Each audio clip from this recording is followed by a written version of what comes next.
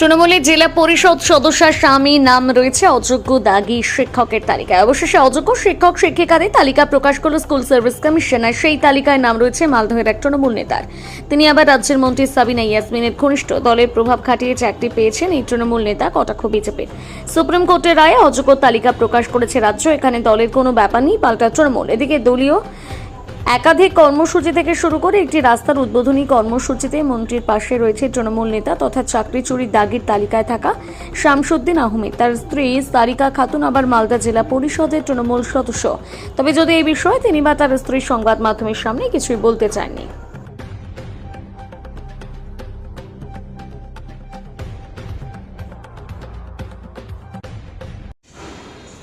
দেখুন, ভাইরাল কি হয়েছে না হয়েছে সেটা আমাদের দেখার বিষয় না।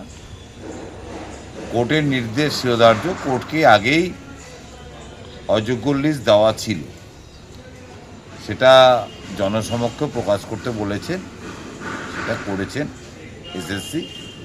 এখন তাতে কে গেল কার থাকলো এটা নিয়ে তৃণমূল কংগ্রেস কোনো ভাবিত নয়। যার যেটা বিষয় সে সেইভাবেই দেখবে। তৃণমূলের আপনাদের মন্ত্রীর ঘনিষ্ঠ চাকরি পেয়েছে, এটা নিয়ে বিজেপি। দেখুন, আমার ব্যক্তি জীবনে অনেকের ঘনিষ্ঠ থাকে। ঘনিষ্ঠ থেকে বলে কেউ যদি অনৈতিক পথ অবলম্বন করেন তার জন্য কেউ কোনো দায়ী হতে পারেন? এইসব বিষয়গুলো পরিষ্কার কোর্টের ম্যাটার। এই ব্যাপারে আমাদের দলীয়ভাবে কোনো মন্তব্য আমরা করতে চাইছি না। গতকাল রাতে যে এসএসসির অযোগ্য প্রার্থী তালিকা প্রকাশ হয়েছে, সেখানে মালদা জেলা পরিষদের যে মেম্বার সারিকা খাতুন, ওনার হাজব্যান্ড শামসুদ্দিন আহমেদের নাম সেখানে পাওয়া গেছে।